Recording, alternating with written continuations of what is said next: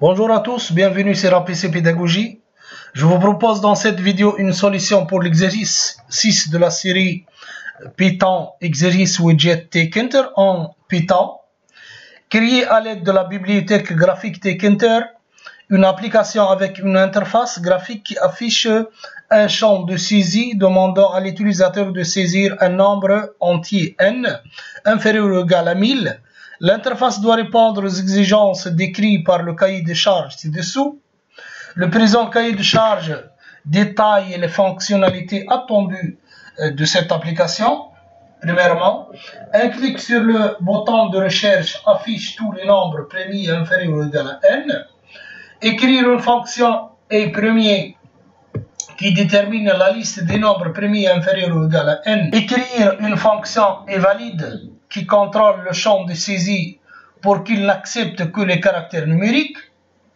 Si l'utilisateur a saisi un entier supérieur à 1000, un message box sera affiché lui demandant de saisir un nombre inférieur ou égal à 1000.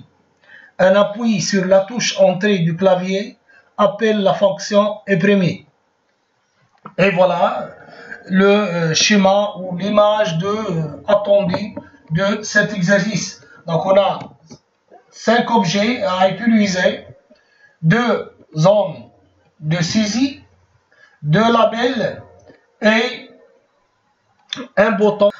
Pour commencer, je vais utiliser le Visual Studio Code et je vais créer un nouveau fichier. Et je vais commencer par importer les modules nécessaires de Python 3 from Tkinter import et je vais aussi créer une fenêtre principale. Et pour le faire, je vais dire fenêtre ou fenêtre égale à tk et autrement j'ai instancié la classe tk fenêtre et j'ai donné un titre à notre fenêtre principale et il me reste pour exécuter fenêtre main loop. Donc main loop et jusqu'à ici je peux bien sûr afficher, donc je vais exécuter et je peux afficher notre fenêtre. Vous voyez ici que j'ai pas donné des largeurs ou hauteur de la fenêtre. On va voir pourquoi par la suite. Et je vais commencer par tracer les widgets, la création. Je vais créer mes widgets et je vais commencer par les labels, bien sûr toujours avant le fenêtre main loop. Et voilà, j'ai créé le LBL, j'ai nommé notre premier label LBL nombre égal label, j'ai donné sur la fenêtre, autrement elle doit être créée sur la fenêtre avec le texte saisissez la valeur n. Autrement, si je vais exécuter, donc il me reste, je ne vois pas sur notre LBL. Pourquoi? Parce que j'ai pas utilisé jusqu'à maintenant la fonction qui me permet d'afficher ce label sur la fenêtre. Et on a vu tout ça dans une autre vidéo et dans le cours sur apcpedagogie.com. Je vais utiliser dans ce tutoriel ou cette vidéo, la fonction de géométrie et grille. Et on va voir les propriétés qui nous permettent de afficher ou d'afficher les différents widgets sur la fenêtre, bien sûr en utilisant notre grille. Pour le faire, donc je vais utiliser le nom de notre label .grid et j'ai spécifié la ligne et la colonne et j'ai aussi spécifié la propriété sticky width égale à w, pad égale à 2, pad égale à 2, autrement verticalement ici stick égale à w, autrement ouest, autrement notre label sera positionné au centre de la cellule créée et nous savons que notre fenêtre sera divisée en lignes et en colonnes. C'est pourquoi on parle ici de cellules. C'est l'intersection, n'est que l'intersection entre la colonne et la ligne. Et on a vu tout ça dans une autre vidéo. Pour maintenant, je peux voir, maintenant si je vais là, donc je vais exécuter le projet, je vois bien notre label a été positionné en haut gauche de notre, bien sûr, de notre fenêtre.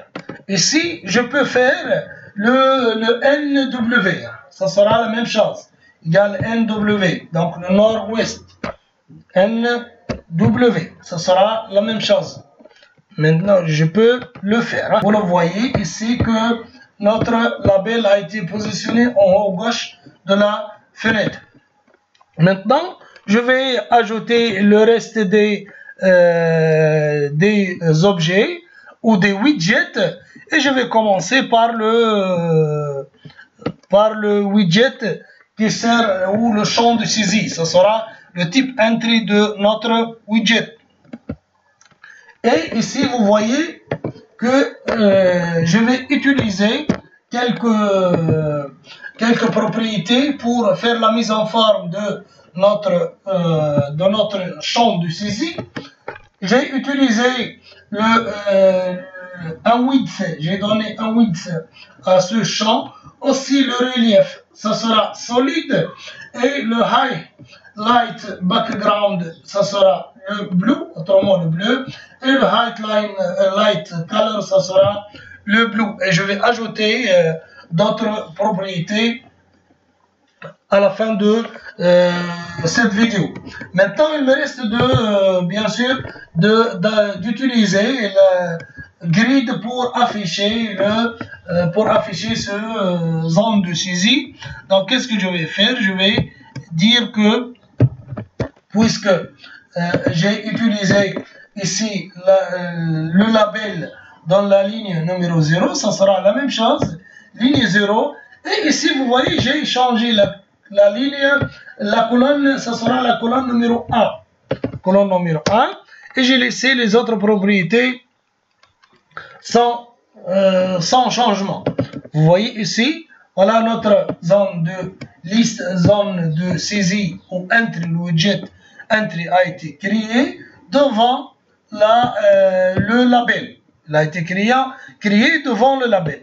Maintenant, il me reste le label numéro 3. Ce sera le label numéro 3.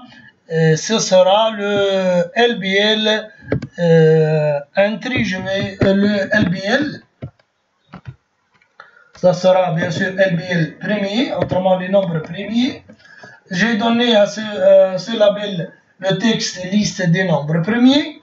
Maintenant, je vais l'afficher en utilisant la propriété, ou la méthode plutôt, la méthode grid, donc LBL premier, avec la méthode grid. Et vous voyez ici que j'ai changé un peu la ligne ici. Dans les deux, j'ai utilisé la ligne numéro 0. Et ici, vous voyez, j'ai passé aux deuxième ligne. La row égale 1 et la colonne, ça sera la colonne numéro 0. Autrement, je vais mettre les deux labels adjacentes, l'un sous l'autre. C'est pourquoi ils sont situés les deux sur la colonne 0. Maintenant, il me reste le troisième ou le quatrième ici. Vous le voyez, ça sera notre quatrième objet. Ça sera un type texte, mais j'ai pas utilisé ici des ascenseurs. Donc, je vais utiliser le type texte, entry avec le type texte. Et je vais vous montrer les propriétés utilisées dans ce widget. Donc, j'ai donné comme nom à ce widget int affiché premier. Type de widget, ça sera texte. Elle sera présentée sur la fenêtre. On a vu le highlight thickness, c'est la largeur de la bordure. la largeur de ce texte, de ce widget, ça sera 54, et la hauteur, ce sera 14, et relief, on a vu dans le premier entry, relief solide, et ici j'ai ajouté par rapport au widget entry wrap word. Pourquoi cette propriété? J'ai utilisé la propriété wrap égale word pour contrôler l'affichage des lignes trop larges. Autrement, j'ai défini wrap égale word pour interrompre la ligne après le dernier mot qui conviendra avec le comportement par défaut wrap égale char. Autrement, si je ne vais pas mettre wrap égale word, donc j'aurai comme étant comportement par défaut wrap égale char, et les lignes langues seront interrompues à n'importe quel caractère. Autrement, je peux trouver par exemple un nombre premier, je ne sais pas, 97 par exemple, où le 9 est à la fin de la ligne et le 7, ça sera le début de la ligne. Maintenant, je vais positionner ce widget sur notre grid, et je vais bien sûr, comme d'habitude, utiliser le nom de widget point et le point grid, et entre parenthèses, je vais spécifier les options. Et vous voyez ici, le stick est égal à, autrement, je vais centrer le widget dans la cellule. J'ai mis ce widget dans la colonne numéro 1 et la ligne numéro 1. Et aussi, j'ai utilisé par rapport aux autres le pad X. Autrement, j'ai utilisé l'alignement horizontal de cette widget, et j'ai laissé à droite 40 pixels. Pourquoi? On va voir pourquoi.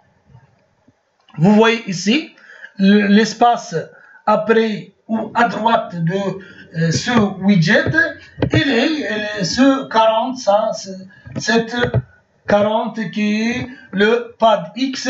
Elle accepte deux arguments. Le deuxième n'est pas obligatoire, qui est le 0 à gauche et 40 à droite. Maintenant, il me reste que le BTN. Il me reste de le tracer le bouton. Autrement, le bouton, et je vais l'ajouter. Je vais ajouter ce bouton. Donc le bouton, j'ai nommé BTN recherche, type bouton, et vous voyez ici le texte de ce bouton, ça sera rechercher le nombre premier, et la commande, j'ai ajouté le E premier qui est demandé par l'exercice. Autrement, je vais ajouter la fonction E premier, et avant cette fonction, il faut que je positionne le bouton déjà créé sur la grille en utilisant la méthode grid. Pour le faire, donc je vais ajouter tout simplement, utiliser le nom du bouton point grid, et ce sera dans la ligne 2, la colonne span égale à 3. Pourquoi 3 ici? Puisque j'ai utilisé 3 colonnes, donc je vais mettre ce bouton au centre de la fenêtre. Ici, je vais supprimer cet appel aux fonctions parce que la fonction n'était pas créée jusqu'à maintenant. Et je vais exécuter, on va voir ce qu'on a eu comme étant résultat. Voilà. Vous voyez bien que notre bouton a été créé au centre de la fenêtre, mais vous voyez ici que j'ai pas un clic sur le bouton ne fait rien. Autrement, j'ai pas jusqu'à maintenant créé les commandes où j'ai pas appelé la fonction. Maintenant, je vais créer la fonction de recherche du nombre premier.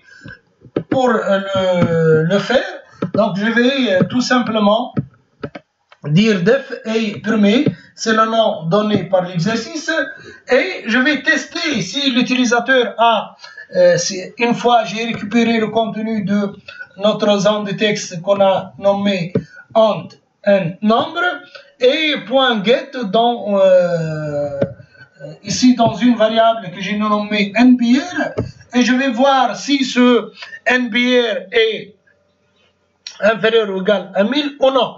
Autrement, sinon, si ce n'est pas le cas, donc je vais afficher à l'utilisateur un message box, comme l'a dit la question numéro 3 de l'exercice, afficher un message box dans le cas où l'utilisateur a saisi un nombre plus grand que 1000. Vous voyez, j'ai utilisé le TakeEnter message box, mais il faut importer la bibliothèque de messages pour le faire. Donc, je vais écrire from TakeEnter import message box. Et pour utiliser la fonction message box, il faut que j'importe le TakeEnter et le message box de cette bibliothèque ou de ce classe. Maintenant, je vais exécuter le programme et je vais écrire, je vais saisir 1000 par exemple, 1001. Et voilà, le message box a été affiché, saisir un entier inférieur ou égal à 1000. Maintenant, qu'est-ce qu'il me reste? Il me reste, vous voyez ici, j'ai pas encore mettre le champ de texte, notre premier champ de texte. J'ai dit, comme vous voyez dans l'exercice, il est demandé de changer la police de notre zone de saisie. Pour changer le fond de widget, il faut créer un objet de type font TakeEnter et utiliser la méthode configure pour appliquer ce fond créé à notre widget. Pour le faire, donc j'ai utilisé desired font, c'est le nom de ce fond. Bien sûr, ici, ça sera le font family, ça sera Times New Roman.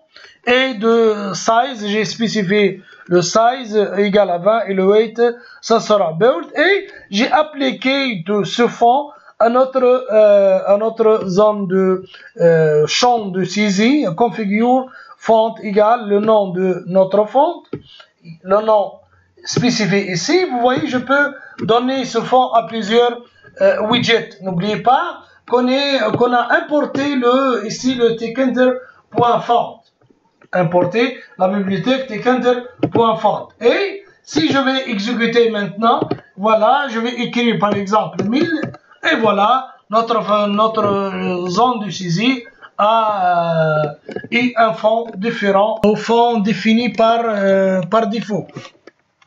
Maintenant, qu'est-ce qu'il nous reste? Bien sûr, vous voyez ici que notre zone de saisie accepte les caractères non numériques. Et l'exercice nous a dit, faites de façon que notre zone de saisie n'accepte que les nombres. Pour le faire, je vais définir une fonction. Cette fonction, elle est isDigit, autrement. Et je vais ajouter donc diff onValidate ou onValidate, et j'ai donné paramètre s, oui c'est n'importe quoi. If le s is digit, return true, sinon ça sera false. Autrement, si le nombre tapé ça sera un nombre, return true, sinon ça sera false. Et il faut que je vais appeler tout simplement cette fonction. Je vais appeler la fonction dans validate, autrement je vais appeler ce onValidate, si vous voulez, je vais l'appeler deux fois. Ici, ça sera validate cmd, autrement validate cmd, registre onValidate, et je vais l'appeler réellement dans où j'ai créé la zone de texte entry, Voilà, validate, ça sera validate et je vais appeler ici, comme vous voyez, j'ai dit validate CMD égale fenêtre. Fenêtre reçoit un registre. On validate, autrement les événements de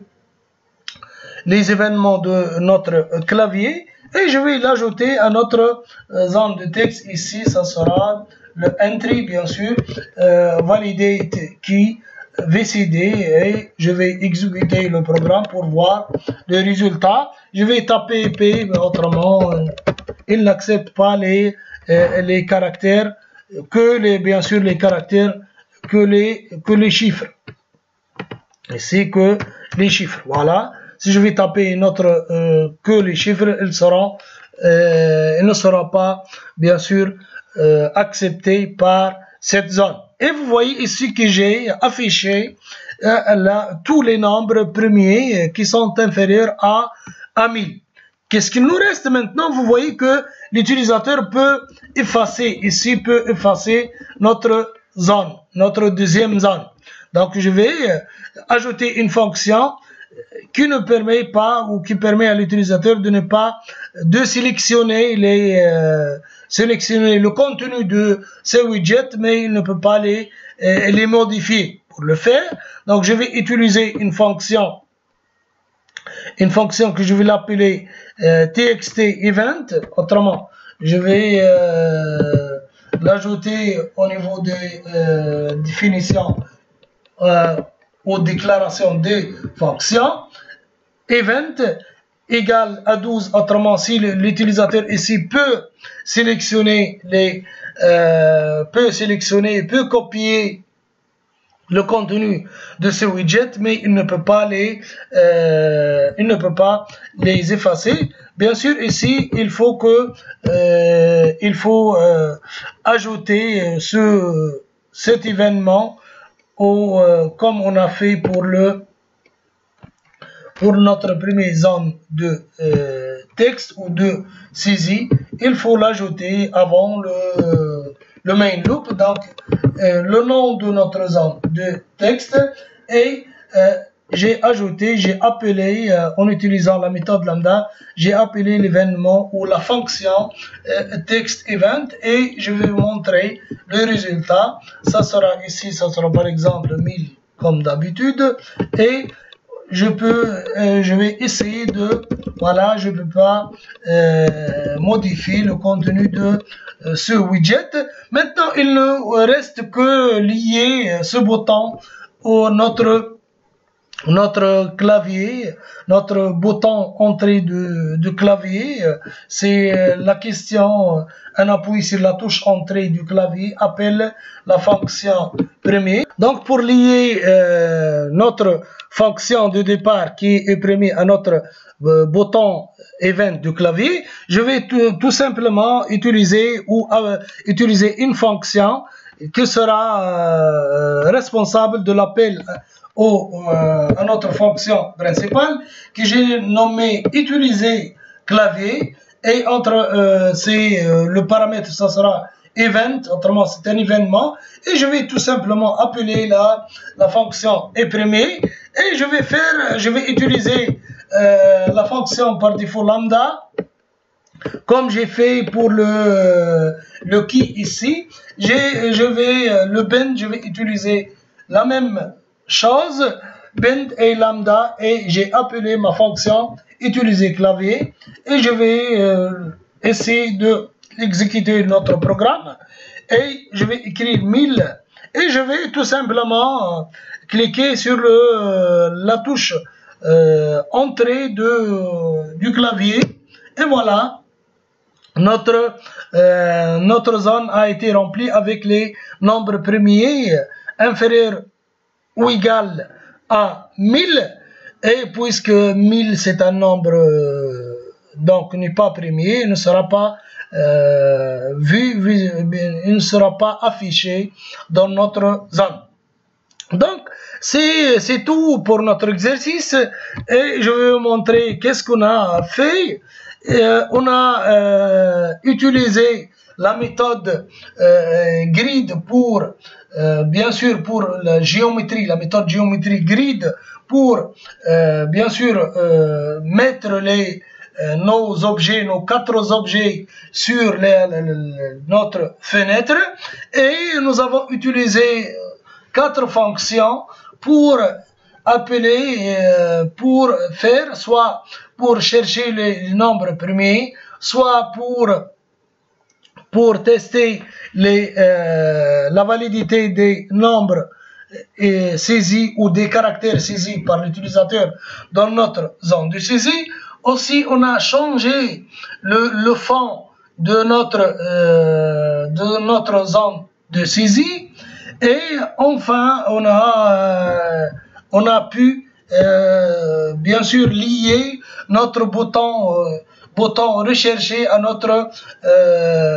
notre touche clavier qui est Enter. Donc c'est un exercice moyen, c'est pas facile, il est un peu long. Merci et au revoir.